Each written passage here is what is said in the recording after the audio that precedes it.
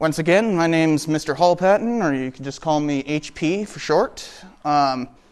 So, today we're talking about the beginning of American history, or really prehistory, because basically all of what we're talking about is prior to writing. But long before Christopher Columbus and the Vikings and various other Europeans sailed across the sea, there were, of course, people here. And that is what today is about. Because we're talking somewhere around 25,000 years of history today. So, first of all, even before people came here, there were various specific areas in what will eventually become the United States. Each with its own particular climate and geography that kind of assuaged a particular way of living in each region. For instance, we're obviously in what it's calling the Southwest, a fairly deserty area. But then, you have the plains, which is just big old flat green land, or places as diverse as California, where it's a fairly Mediterranean climate. Each of these have their own quirks, their own ways of living, and so, of course, those who came to occupy those areas created their own cultures that made best use of that land. There's a lot of debate as to when the earliest humans managed to get to what is now North America.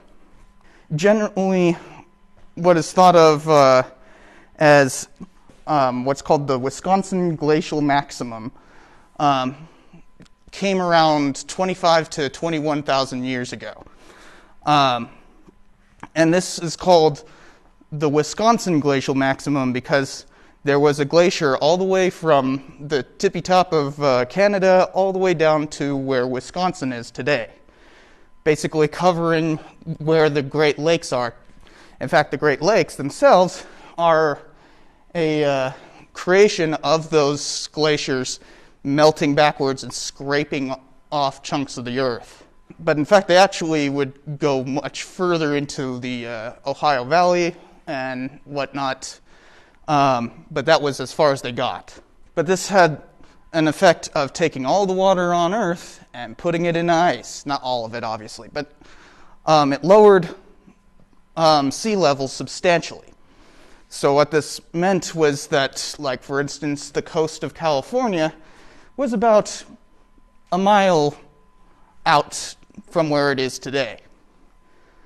That's a lot of land growth for a bunch of hunter-gatherers. And so, of course, people started wandering out from Africa and radiating out. Human species is about 200,000 years old. And eventually they made it to a place called Beringia. We now call it the Bering Strait. But what's most likely is that they crossed in a space between glaciers that is now completely underwater. And those pioneering early people were the first. Now, there's also a theory that they could have come across on a bit of land or on boats near that bit of land on the southern glacier of Beringia. In either case, they still came across in the same area. But generally, they came up in this little area right here, and then they either came down on the coast, or they came down through what is now the Rocky Mountains. The Rocky Mountains were poking up above the glaciers, and so there were two paths to possibly have land. Now, of course, there's a lot of research into this. There's actually, you can't see it on this map, but there's a cave found in Canada that that has bones that indicate that it's probably the Central Passage. But in either case, we don't really know. So with these lowered sea levels, with them coming across trying to hunt prey and whatnot, eventually they made it into completely new lands, the North America, and eventually made it all the way down to the southern tip of South America, and fairly quickly. So, for instance, we have those caves that I was mentioning in the Yukon of Canada, which are called the Bluefish Caves, and the bones there are dated to 24,000 years ago. And very quickly, you had what's generally recognized as the Clovis culture, which is actually named after Clovis, New Mexico, that is not the first culture that we have remains of, but it's the most widespread culture that appears around 13,000 years ago. And it's dated to that point simply because they have a similar way of napping spears. So how you nap stone is that you just bang two stones together, but it actually is quite an art, because you're trying to make a shape, as in a spear point, so that you can hunt, and different rocks do different things. So each culture often developed their own way of making these spear points. And that's why archaeologists often use those specific artifacts to tell what culture it is. This is prior to pottery. This is prior to a lot of kind of woodworking. So these early cultures are defined by their weapons. But as these what are called Paleo-Indians came to populate North America, they spread fairly wide and fairly quickly. So, for instance, the oldest earthwork mounds are about 5,500 years old, and this is what was called the mound builders, who would continue to exist in the Louisiana Valley for basically all the way up until the 15th century AD. So you have continuous cultures doing very similar cultural practices for thousands upon thousands of years. And very distinct civilizations starting to build themselves. So, for instance, this is a approximation of what a mound builder city would have looked like in the Louisiana Valley, often known as the Hopewell culture. But that's a specific thing. There were various cultures that ended up creating cities. Cities often are a key component of becoming a civilization. Anybody know what the key designations are for being a civilization? Would one of them be a developed language? Well, obviously they're all going, like, by this time, language is fully developed. You know, how are they building cities if they don't have a language to communicate with? And what about agriculture? Agriculture is definitely it. Is it a form of writing too, like some symbols or that kind of stuff? Writing is not technically necessary for being a civilization. For instance, a lot of the time you have organizational methods that are like there's not a writing system, but a way of accounting called quipu in South America. And they essentially tie knots into strings, and it's kind of like an abacus, if you know what an abacus is, but it's actually a lot more complicated and can communicate a lot more information. But We consider those civilizations. We consider the Aztec civilizations, and there's a lot of argument as to whether or not, like the Anasazi or the mound builders were civilizations, because there's one other key aspect that is required. Yeah?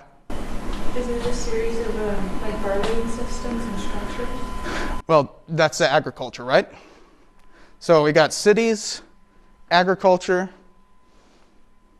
and bureaucracy. Bureaucracy is actually the key building block of civilization. Problem is, we can't know that they were a civilization or not without writing, without the thing that can show us that they are bureaucratic, that they have some sort of centralized bureaucracy. Then we can't know. And so a lot of this comes from just looking at the remains. Unfortunately, they didn't write, so we can't really get too deep into who these people really were, because we can't hear their voices. Poverty Point is the first of these mountain builders that have any kind of clear grouping. Poverty Point is a hook in the Louisiana River. In the Mississippi River in Louisiana. And it has a few other sites around it, hence why it's considered the first, which that is around 1730 BC to 1350 BC. Then you have the Hopewell tradition, which comes up around 100 BC and all the way through 500 AD, and they end up populating a whole chunk of what is now the eastern United States, from Louisiana all the way up into the Ohio Valley. They were in places like modern-day Tennessee, Ohio, Michigan, Wisconsin. That whole area was a whole bunch of different cultures, but one big tradition of mound building. And mind you, how they're building these mounds is mostly with baskets. They're going up and picking up earth with crude shovels, normally bark pieces of wood, like torn from a tree, like a piece of bark, shoveled into a basket and carried by hand to build these massive mounds. Imagine the amount of labor that goes into making that kind of stuff. That's why a lot of archaeologists will argue that this was a civilization, because imagine the bureaucracy it takes to build that kind of massive structure. At the same time, in the Southwest, you had the Anasazi and Hohokam. Now, the Anasazi are often called ancestral Puebloans, especially by Puebloans today. And that's because they were of very similar build as the Pueblos are today, and arguably from the same people. But there's a weird cutoff right around 1300 AD, that these sites were quickly abandoned. So, for instance, there is Chaco Canyon just north of here, over by the 4 Points, as in the 4 Points, Utah, Colorado, Arizona, New Mexico. And these 4 Points was the central area for the Anasazi. But they managed to roam as far west as what is now California, and as far east as Oklahoma. So these were wide-ranging cultures that have similar building style. Now, when they did get to places like California, for instance, the last Anasazi Pueblo that going west is actually in southern Nevada. just north of Las Vegas. And but there's artifacts going deep into the Mojave Desert. So these folks were either ranging wide for hunting and then coming back, or they actually had some sort of agriculture set up.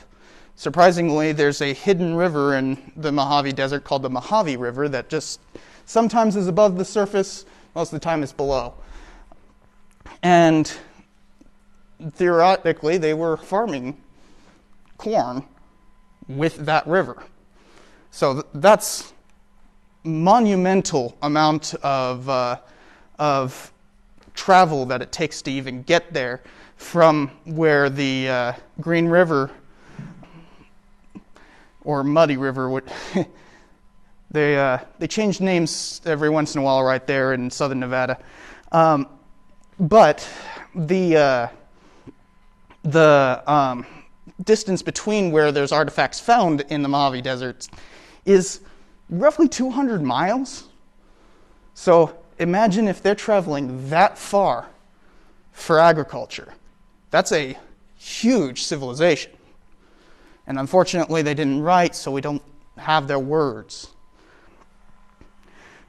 The Hohokam were based mostly around southern Arizona.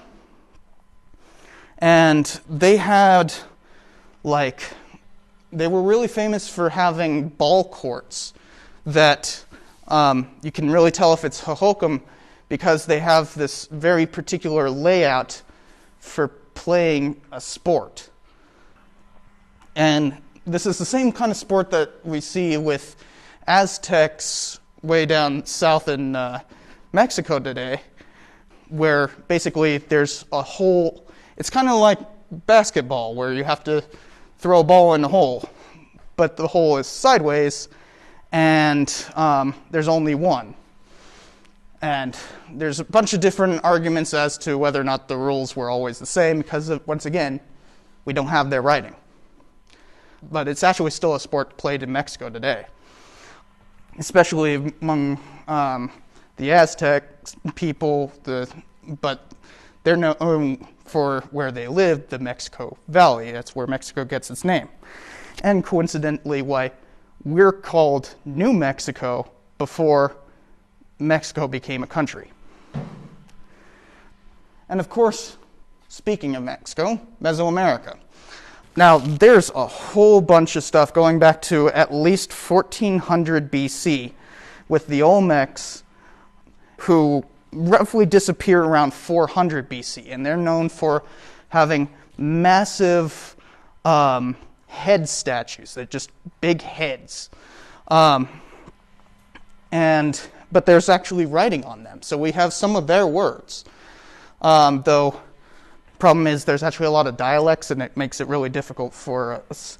But in fact, the first batch of writing on wood comes from the Olmecs, and it's roughly around 1000 BC. There's hardly any writing going on in Europe besides Greece at that point in time, and there's already writing in North America. But then came the Maya, who are in the Yucatan Peninsula. It's that little bit of Mexico that kind of sticks out a little bit. And they went through a bunch of phases. For instance, they roughly collapsed around 900 AD, but then came back and ended up fighting the Spanish when they were arriving in the 15th and early 16th centuries. So while they weren't as powerful by then as they were before 900 AD, they were still the largest and most extravagant civilization in the entirety of the Americas up until that point.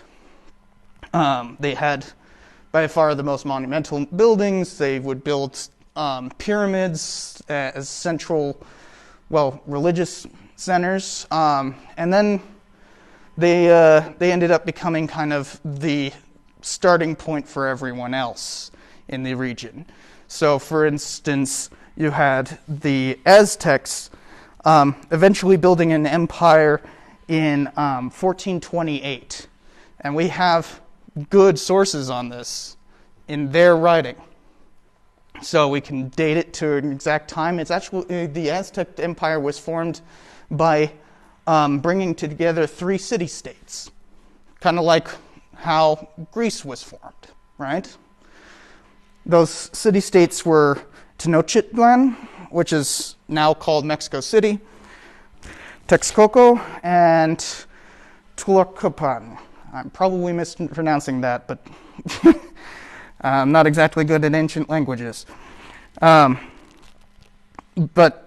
Tenochtitlan quickly became the biggest city in the entirety of the Americas, with a population of roughly 200,000 people in 1521, when the Spanish came in and did their thing, which we will get to next week. But, so there's cities popping up all over the place, clear civilizations in Central America, developing civilizations in North America, but they're kind of going through these cycles of massive buildup and collapse. For instance, the Anasazi probably collapsed because of either hostile tribes or a massive drought, or a combination therein. There was a massive drought right around when the civilization collapsed, but there was also an influx of new tribes who were coming from the far northwest, who we now know as Apaches and Navajos. In fact, the word Anasazi means ancient enemy in Navajo. Of course, once again, we don't have writing. This is all just guesswork. There's just a lot of stuff going on. And then there's, of course, various regions that don't have these cities themselves, but have their own cultures building up nonetheless.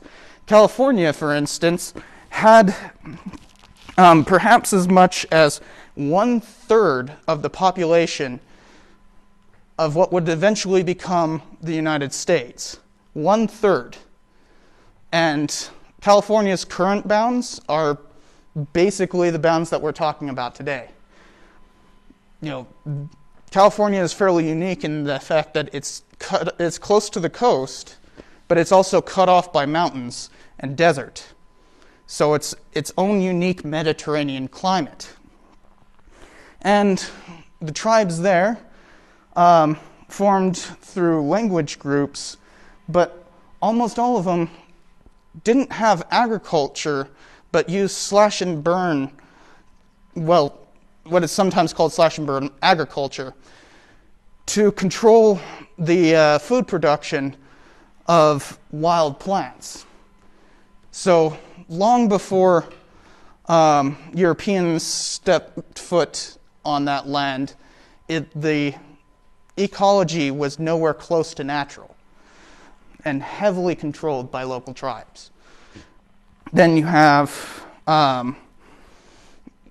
the Northwest, which was very heavily subsistent on salmon. And many tribes even today live very similar lives to their ancestors because there was so much fish to live off of that you could get a pretty high caloric intake without needing to do much more than throw a net over a boat. Or if it's during the salmon runs, you don't even need to do that. You just go out to the river and put a net over the river and they just jump in. And this was a practice that was going back at least a millennium. Then, for instance, you have the Intermountain West, which is roughly where we are now, but the Intermountain West ranges from here in New Mexico all the way to eastern Washington. Basically the Rocky Mountains and the Gila and Mojave Desert. And these people typically had to live in the winter up in the mountains, in the summer up in the mountains, because it was too hot to live in the valleys, and then would come back down to the river valleys during the winter. So they were heavily migratory and would basically live in the mountains during the summer and in the river valleys during the winter. Then you have the Great Plains, and unlike what we think of as the Great Plains tribes today, like the Lakota and Comanches, both tribes, by the way, who were not on the Great Plains until well after colonization started, at least. Instead, the plains were mostly sedentary people who lived near rivers. A lot of huts being built and transporting wood in huge distances to build all of this that would form the structure of, instead of what you think of as plains today like teepees and whatnot, they were basically thatch houses.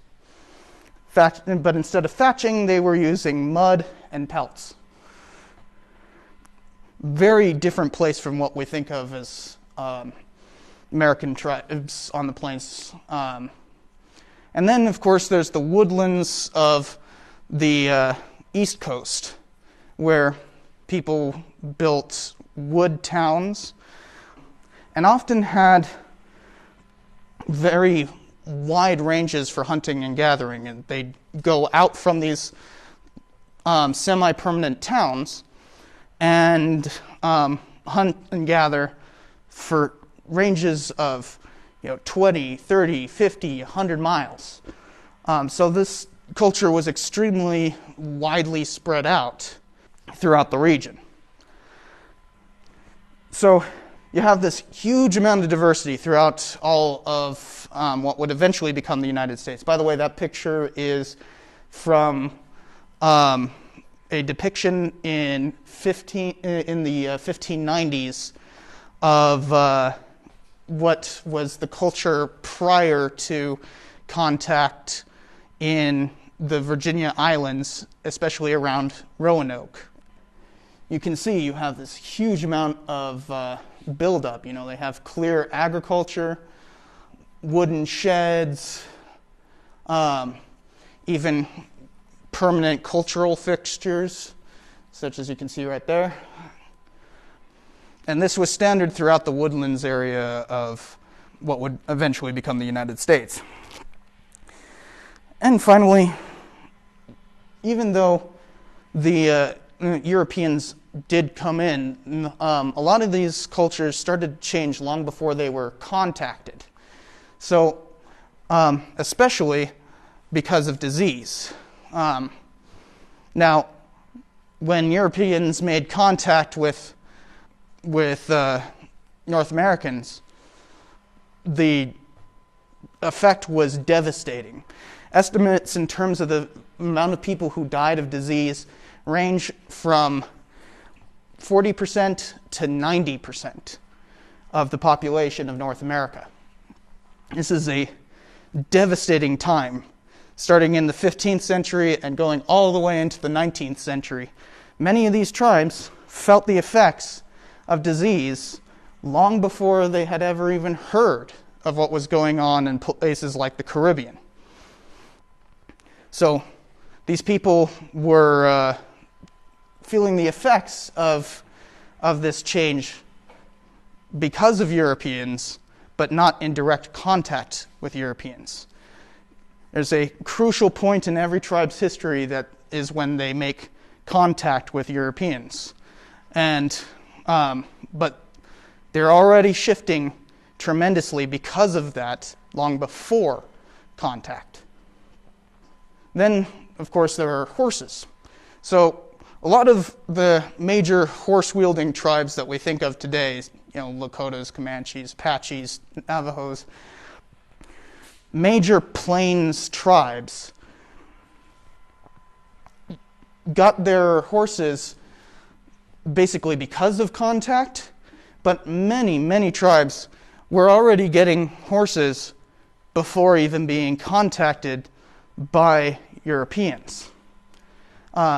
Especially when you have some European expedition off into the Great Plains, and then they go scurrying home because they didn't find what they expected, and end up leaving a bunch of horses out on the Great Plains and basically completely changing that culture. Because before that, their main mode of animal power was dogs.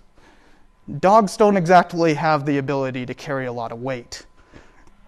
Though they'd come up with these ingenious kinds of A-frames that you literally build.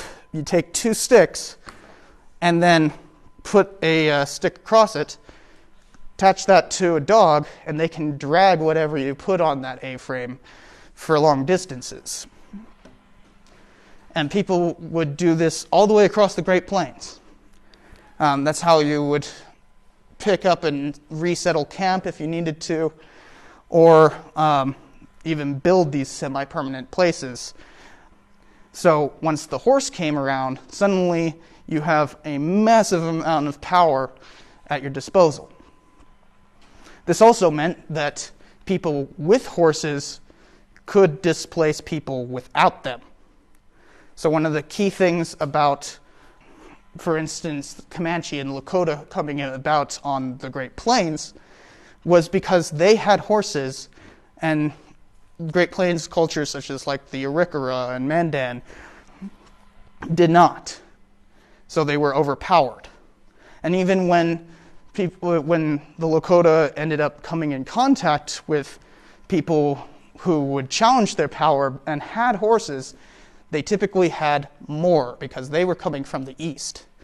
So, for instance, the Blackfeet came into contact with the Lakota right around 1820 and were basically pushed all the way into Canada. And this is a time in which Canada does exist. So the horses represent this massive shift, but it tends to radiate out from where the horses are coming from, mainly the Spanish. Then, of course, because of this massive shift in power, there's huge migrations throughout North America, even before contact. You know, we see massive mound builders, for instance, that the DeSoto expedition ran into in the early 16th century, and yet the next expedition that comes through runs into none of it because they were dying of disease because of the DeSoto expedition, or that they were simply running into people who had more power than them. So you have this massive shift of basically everybody pushing towards the Great Plains, despite the fact that people on the Great Plains are increasingly feeling the strain. And of course, all of this means conquest. We already talked about the Lakota. There's also the Apaches and Navajos came in right around this time. For instance, there's some argument as to whether or not Navajos even were around when Hernan Cortez came up through here. Actually ended up staying just north of here, and you can go to the Cortez site. And supposedly he never ran into any kind of nomadic tribes in the desert, which would mean that the Apaches and Navajos had yet to make it here by 1540 something. I am forgetting the date. But literally by the mid-16th century, it's possible that the Navajos hadn't even gotten to where they are today. So you can see there's this massive change going on prior to contact. because of this disease, because of horses, because of the need to migrate away from the disease and whatnot. So when Europeans finally come, they are running into a very different place than it was even just a century prior. Unfortunately, we don't have their records yet again. So it's really left up to the imagination, which we have artifacts, we have their goods, and that's the best way we can approximate what America looked like before Europeans arrived. So, any questions? Well, normally I would have discussion groups, but we can't exactly do that because of all this. So, what I want you guys to think about, and I'll give you guys 5 minutes to come up with your answers, is why does this matter? Why do we care about people who, basically are completely different from the rest of this story that we're going to be telling for the rest of this semester? How do they fit in? So, who's got an answer? So, I was thinking about how it kind of led up to a great shift in America once colonization sort of started, because a lot of how European colonies settled, it had to do with the help of those Native Americans who were there originally with agriculture and different practices and how to survive in that different world than they were used to back in Europe. And I feel like without those early practices that taught them how to survive, they wouldn't have been able to grow as big of an empire as they really did. So continuity, right? There is continuity between this. As you say, there's, maize, for instance, corn, is probably the most important crop in America right now. And yet, Europeans didn't have access to that. That's something from the American Southwest and Mesoamerica. So even today, there's very much continuity with that, right? So yeah, continuity is a great answer. Who else? So it kind of sets the tone for what will kind of happen in the future of this era. So we know that there's kind of that initial contact, and how that contact occurs and the mood that it sets, it really impacts the events that happen in the future as colonization progresses, as those interactions continue to occur throughout time. There were some moods that were set originally that are kind of thematic through those events. So what do you mean by moods? So you have, I think there's kind of a difference in the way that the different colonizers used when dealing with indigenous people. The Spanish had a very different way of communicating and interacting with indigenous people than the Europeans did. And so the differences in approach really impacted the way that those two colonizing entities interacted with the indigenous people throughout time past this part. So as in how initial contact ended up shaping future interactions. Yeah, well, that's and a lot of that initial contact is shaped by what that culture was at that point in time.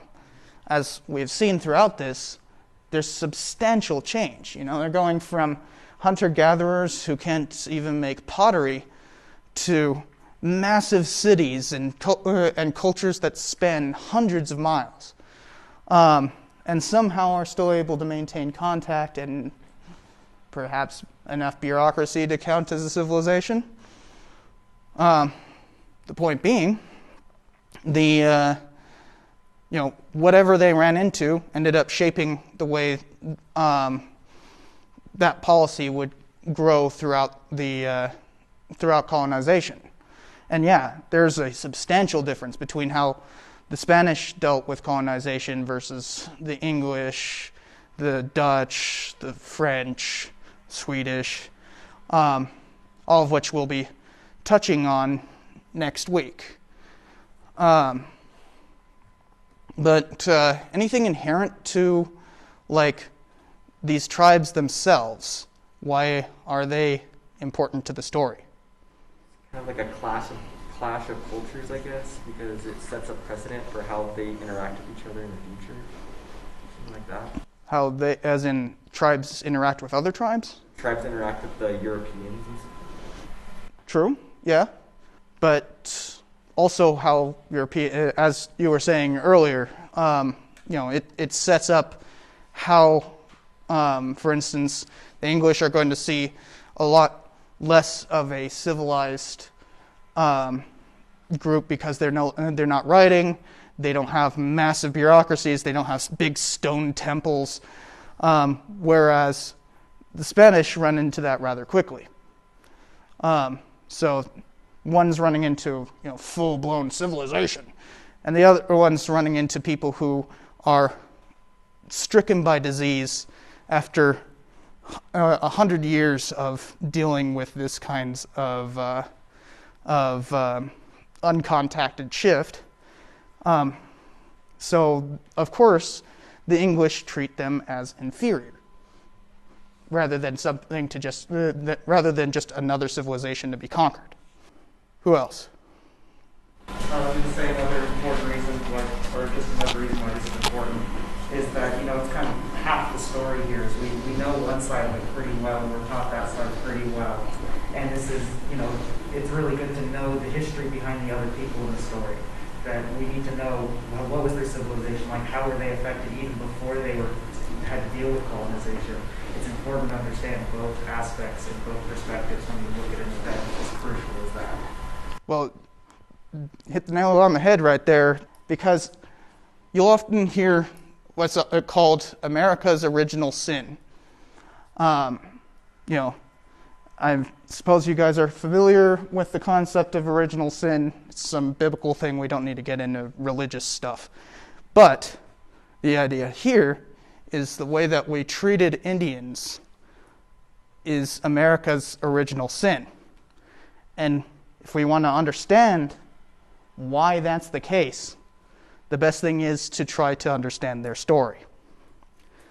And that's very much this. And we're going to have many lectures on the Indian Wars, on various, on the Indian removal, on stuff like that, and you'll see this ever-changing policy of treating them as alien, as something, even once they are ruled as what's called domestic dependent nations, they're treated as something other than American.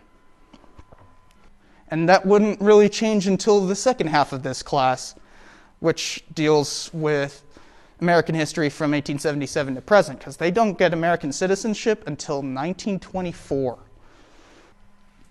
The indigenous people are by far the most ill-treated people in American history. And yet,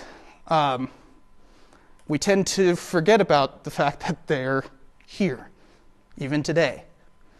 Some of you guys might be indigenous in ancestry. But without knowing this further story, we don't really get that. We don't understand the true impact of what Europeans coming to America did. It is almost 12. I think you guys have any other questions? Go ahead. So we're splitting class up between those that have come on Tuesdays and those that come on Thursdays? Correct. You're posting lectures on YouTube, correct? Uh-huh. So for the in-class kind of portion, are we doing any kind of attendance coming in, or is it kind of to our discretion if we want to come into campus, or just...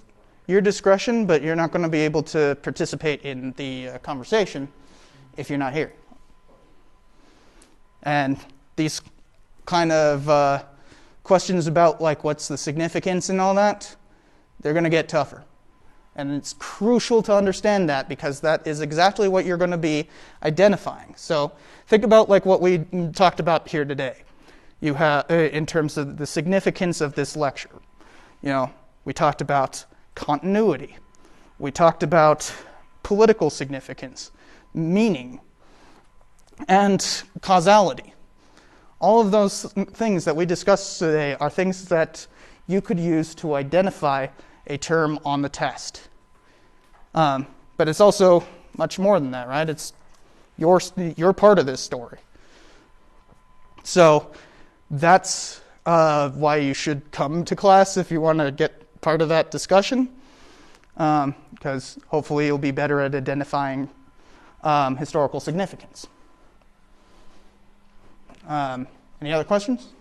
Just to sort of clarify again with the whole online, YouTube, and then in-class person thing. So on Tuesday, you're going to do a separate lecture that you would have done on next Thursday, correct? Mm-hmm. So just saying, Yeah, I'm going to do the regular lectures that I would have done if it weren't for COVID. Yeah, in fact, next week it's actually one lecture for both days, so I've got to figure out how I'm going to split it. But because I also want them to be able to do discussions, so we have to figure out how to do a discussion halfway through the lecture. Yeah, if there's no other questions, you guys are free to leave.